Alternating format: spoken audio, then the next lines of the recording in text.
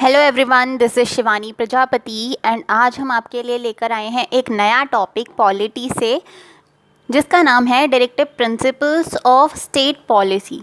तो क्या होता है directive principles of state policy, आज हम ये देखने वाले हैं।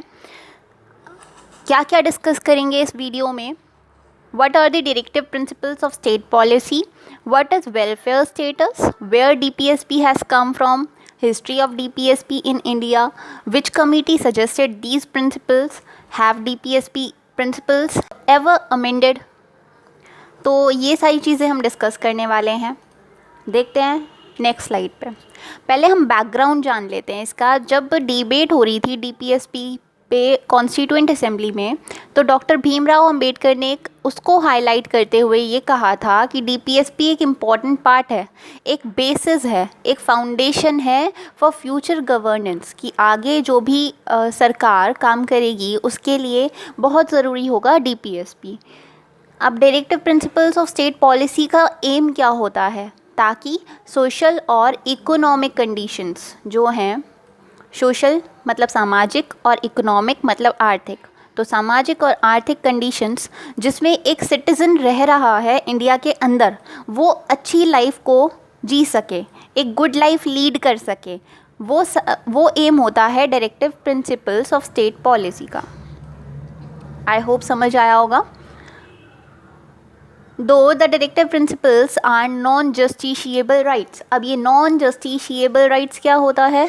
नॉन जस्टिशिएबल राइट्स होती हैं कि आप उन राइट्स को लेके, अगर उन राइट्स का वॉयलेशन होता है तो उन राइट्स को लेके आप कोर्ट में नहीं जा सकते और कोर्ट उसमें कुछ नहीं कर सकता। अगर वो राइट्स वॉयलेट होती हैं तो कोर्ट्स कुछ नहीं कर सकता। तो ये होती है नॉन जस्टिशिएबल राइट्स, मतलब जुडिशरी का कोई रोल नहीं है यहाँ पे। Of the people but fundamental in governance of the country, पर ये बहुत ज़रूरी हो जाती है कंट्री के गवर्नेंस के लिए, कंट्री को चलाने के लिए बहुत ज़रूरी राइट्स हैं। These principles are very necessary. It shall be the duty of the state. अब स्टेट का मतलब क्या होता है ये हम नेक्स्ट स्लाइड पे देखेंगे। स्टेट अगर मैं शॉर्ट में बताना चाहूँ तो स्टेट का मतलब होता है यूनियन या फिर स्टेट गवर्नमेंट या फिर कोई भी लेजिस्लेचर जो कि हमारे लिए लॉ बना रहे हैं। तो स्टेट यहाँ पे हम गवर्नमेंट को लेके चलेंगे, तो it shall be the duty of the government और state to apply these principles in making laws. अगर हमारी गवर्नमेंट हमारे लिए लॉज बनाती है तो डीपीएसपी को उनको अप्लाई करना होगा, डीपीएसपी अप्लाई करने होंगे। और ये कहाँ पे दिया हुआ है? Article 37 of our constitution. ठीक है। Now beside all executive agencies of the union and state, जो सेंटर की एग्जीक्यूटिव एजेंसीज़ हैं और स्टेट्स की जो एग्जीक्यूटिव एजेंसीज़ हैं, should all be guided by these principles. इन प्रिंसिपल्स पे उनको काम करना होगा। Even the judiciary has to keep them in mind in deciding cases. अगर जुडिशरी को कोई केस डिसाइड करना है, कोई फ़ैसला लेना है, तब भी इन प्रिंसिपल्स को दिमाग में रखना होगा वो फ़ैसला लेते हुए। तो जुडिशरी को भी इन रूल्स को, इन प्रिंसिपल्स को फॉलो करना होगा। अब स्टेट का मतलब क्या होता है? जैसे कि हमने पहले ही स्लाइड में देखा कि स्टेट एक वर्ड आया था, तो उसको कैसे रेफ़र करेंगे हम। अब हमारे कॉन्स्टिट्यूशन में ही ये जो स्टेट वर्ड है आर्टिकल 12 में दिया हुआ है, उसका रेफरेंस कि हम कहाँ पे यूज़ करेंगे इस चीज़ को। तो the term state can be use to denote the union और स्टेट गवर्नमेंट्स। यूनियन गवर्नमेंट या फिर स्टेट गवर्नमेंट को डिनोट करने के लिए हम इस टर्म का यूज़ कर सकते हैं। The parliament and the state legislatures, जैसे कि मैंने आपको बताया था, लॉ मेकिंग बॉडी को भी दर्शाने के लिए हम स्टेट वर्ड का यूज़ करेंगे। All local and other authorities with in the territory of India. तो ये सारी चीज़ें आ जाती हैं। स्टेट को हम क्या कहेंगे? स्टेट किस चीज़ को कहेंगे? यूनियन या फिर स्टेट गवर्नमेंट हो, पार्लियामेंट हो या फिर स्टेट लेजिस्लेचर्स हो या फिर लोकल अथॉरिटीज़ हो। ठीक है, हमारी इंडिया के अंदर with in the territory of India. तो ये जो है सारा गवर्नमेंट, इंडियन गवर्नमेंट के अंडर आएगा और इसको हम स्टेट बोलेंगे। तो हम शॉर्ट में बोल सकते हैं कि स्टेट क्या होता है? गवर्नमेंट को बोलते हैं। वेलफेयर स्टेट क्या होता है? Welfare state is the form of government in which the state means government protect करेगी और प्रमोट करेगी क्या चीज़? Economic and social wellbeing of all the citizen.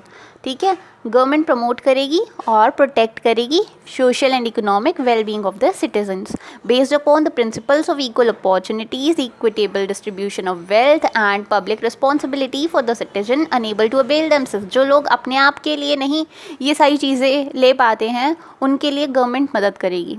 Next slide पे देखते हैं directive principles of state policy के बारे में कुछ नोट्स, कुछ पॉइंट्स। ये जो राइट्स होती हैं, ये जो these are the fundamental in governance of the country. अगर कंट्री को चलाना है तो ये फंडामेंटल की तरह काम करेंगी ये policy. And is the duty of the state to apply this principles in making laws. और ये जो है स्टेट की, गवर्नमेंट की ड्यूटी होगी, एक कर्तव्य होगा उनका कि ये वो जब भी लॉज बना रहे हैं तो ये प्रिंसिपल्स को अप्लाई किया जाए। आर्टिकल 36 से 51 के अंदर ये आर्टिकल्स आते हैं। ये जो पॉलिसी है डिफाइंड है। These are the instrument of instructions. ये क्या है? इंस्ट्रूमेंट ऑफ इंस्ट्रक्शंस है। कुछ इंस्ट्रक्शंस हैं which are enumerated in government of India act 1935, जो दिए गए थे 35 के एक्ट में भी। They seek to establish economic and social democracy in the country. और जैसे कि पहले बताया था कि नॉन जस्टिशिएबल राइट्स हैं, आप कोर्ट्स में अप्रोच नहीं कर सकते अगर इनका वायलेशन होता है। नॉन जस्टिशिएबल का मतलब है कि सेटल नहीं हो सकती है लॉ या फिर एक्शन ऑफ कोर्ट द्वारा। अब हम तीन चीज़ें देखेंगे कि directive principles of state policy, fundamental rights and fundamental duties. ये तीनों चीज़ें हमारे कॉन्स्टिट्यूशन में बहुत अच्छे से डिफाइंड हैं। Prescribe the fundamental obligations of states. अब स्टेट्स क्या है? गवर्नमेंट। तो गवर्नमेंट की क्या क्या रिस्पॉन्सिबिलिटीज़ हैं, क्या क्या उनकी ऑब्लिगेशन है, क्या क्या उनकी मजबूरियां हैं कि उनको करना ही पड़ेगा सिटीजन्स के लिए। ये सब जो भी फंडामेंटल राइट्स और directive principles of state policy में दिया गया है, तो ये उनका एक तरह से मॉरल ऑब्लिगेशन बन जाता है। मतलब उनको करना ही करना है, इन प्रिंसिपल्स को फॉलो करना ही पड़ेगा if they are governing the country. And the duties and rights of the citizens to the state. और इसमें फंडामेंटल ड्यूटीज़ में क्या होता है? ये ड्यूटीज़ होती हैं जो सिटीज़न की होती हैं स्टेट की तरफ।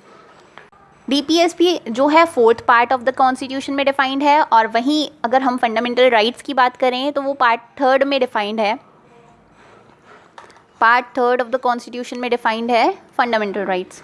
ये जो पॉलिसीज़ होती है ना डीपीएसपी वाली, ये इन्फोर्सेबल नहीं है बाय द कोर्ट्स। कोर्ट्स इनको इन्फोर्स नहीं कर सकता, ज़बरदस्ती, ज़ोर ज़बरदस्ती नहीं कर सकता कि आप इनको फॉलो करो ही करो। पर ये बात ज़रूर है कि ये बहुत ज़रूरी होते हैं प्रिंसिपल्स, तो इनको गवर्नमेंट को फॉलो करना पड़ता है। But the principles on which they are based are fundamental guidelines for the governance of the state is expected to apply in framing policies and passing laws. पर ये जो है ना, जैसे कि मैंने कहा फंडामेंटल होता है, फंडामेंटल गाइडलाइंस हैं ये, जो कि गवर्नमेंट को अप्लाई करनी ही होंगी अगर वो पॉलिसीज़ और लॉज बना रहे हैं। Where does DPSP come from? कहाँ से आया एक्चुअली में, कहाँ से ये वर्ड्स और इसके जो भी प्रोविजंस हैं डीपीएसपी के अंडर, वो कहाँ से लिए गए हैं? वो लिए गए हैं आयरिश कॉन्स्टिट्यूशन से, आयरलैंड के कॉन्स्टिट्यूशन से। तो हम यहाँ पे देखते हैं डीपीएसपी कहाँ से आया, आयरिश कॉन्स्टिट्यूशन से लिया गया है। पहले मैंने आपको बताया था कि हमारे जो कॉन्स्टिट्यूशन मेकर्स थे उन्होंने बहुत सारे देशों का कॉन्स्टिट्यूशन पढ़ा था। लगभग 60 कंट्रीज़ के कॉन्स्टिट्यूशन को उन्होंने पढ़ा, और कुछ जो मेजर फीचर्स हैं हमारे, वो कुछ करीब 11 कंट्रीज़ के कॉन्स्टिट्यूशन से लिए गए हैं अगर ऊपर की बात करें। और सारे ही कॉन्स्टिट्यूशन, जितने भी कॉन्स्टिट्यूशन उन्होंने पढ़े थे, हर कॉन्स्टिट्यूशन से कुछ ना कुछ चीज़ें ली गई हैं। तो ये बहुत ही ज़्यादा स्पेशल बना देता है हमारे कॉन्स्टिट्यूशन को। डीपीएसपी की हिस्ट्री देखते हैं। The demand for civil liberties formed an important part of the Indian independence movement. ये इंडिपेंडेंस मूवमेंट के टाइम से ही सिविल लिबर्टीज़, आज़ादी के लिए मांग शुरू हो गई थी। और उस टाइम पे आईएनसी यानी कि इंडियन नेशनल कांग्रेस ने डिस्क्रिमिनेशन, जो कि ब्रिटिश सरकार और इंडियन सब्जेक्ट्स, इंडियन सिटीजन्स के बीच में जो भी डिस्क्रिमिनेशन होता था, जो भी भेदभाव होता था, उसको ख़त्म करने के लिए अपना रेजोल्यूशन लेके आए आईएनसी। और ये रेजोल्यूशन कब पास किया उन्होंने? 1917 और 1919 के बीच। तो ये इसकी जो नींव है, डीपीएसपी कहाँ से आया? डीपीएसपी की नींव जो है वो वहीं से, हमारे इंडियन इंडिपेंडेंस मूवमेंट से ही शुरू हो जाती है। कौन सी कमेटी ने सजेस्ट किया था फॉर्मेशन ऑफ डीपीएसपी? तो ये थी सप्रू कमेटी इन 1945। सप्रू कमेटी नाम से एक कमेटी थी जिसने 1945 में सजेस्ट किया था कि 2 राइट्स होनी चाहिए, 2 तरह की राइट्स होनी चाहिए। वन बीइंग जस्टिशिएबल राइट्स, जो कि फंडामेंटल राइट्स होती है हमारी, और दूसरी वाली कौन सी होती है, नॉन जस्टिशिएबल राइट, जिसमें कोर्ट जो है कुछ नहीं कर सकता अगर वो राइट्स वायलेट होती हैं। तो ये कौन सी होती है, directive principles of state policy, DPSP, जो हम पढ़ते आ रहे हैं अभी तक। DPSP को 3 तरह से क्लासीफाई किया गया है। पहले socialist principles, then Gandhian principles and फिर लिबरल इंटेलेक्चुअल प्रिंसिपल्स। पहले socialist principles, then Gandhian principles and liberal intellectual principles. तो एक एक करके देखते हैं इनके बारे में। पहले हैं socialist principles. These are the principles that aim at providing social and economic justice. ये सामाजिक और आर्थिक न्याय देते हैं। And set the part toward welfare state. तो एक एग्जांपल ले लेते हैं आर्टिकल 41 में राइट टू एजुकेशन का। ये सोशलिस्ट प्रिंसिपल्स में आ जाता है, क्योंकि ये क्या हो रहा है, राइट टू एजुकेशन, हर बच्चे को अधिकार है एजुकेशन मिलने का। तो ये क्या है, एक सोशल वेलबींग के अंडर आ गया है। ऐसे ही इसमें आर्टिकल 41 में ही होता है राइट टू वर्क, तो ये इकोनॉमिक जस्टिस हो गया यहाँ पे। नेक्स्ट देखते हैं Gandhian principles. These principles are based on Gandhian ideology to represent the programme of reconstruction initiated by Gandhi during the national movement. National movement के टाइम पे जो रिकन्स्ट्रक्शन प्रोग्राम रिप्रेजेंट किया था गांधी जी ने, उसके ऊपर ये प्रिंसिपल्स हैं। इसमें एक एग्जांपल देख लेते हैं आर्टिकल 40, जिसमें organise village panchayat and endow them with necessary powers, कि विलेज पंचायत ऑर्गेनाइज हों और उनको पावर्स और अथॉरिटी दी जाए कि वो अपने काम सेल्फ गवर्नमेंट की तरह कर पाए। तो ये गांधीयन प्रिंसिपल के अंडर एक आर्टिकल है। और तीसरे जो होते हैं वो होते हैं लिबरल इंटेलेक्चुअल प्रिंसिपल्स।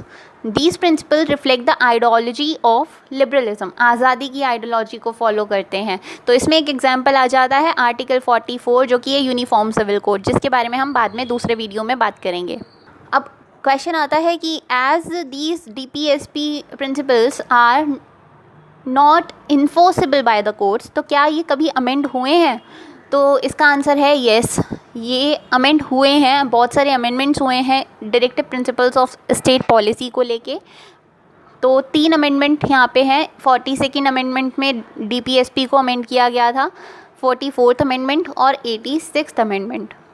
अब मिनिमम वेज एक्ट, ये जो है आर्टिकल 43 है, ये रीसेंट डेवलपमेंट का हिस्सा है। ये रीसेंट डेवलपमेंट जो है DPSP के फेवर में उसका हिस्सा है, minimum wage act.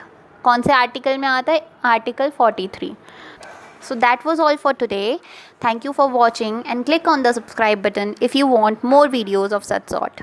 Thank you.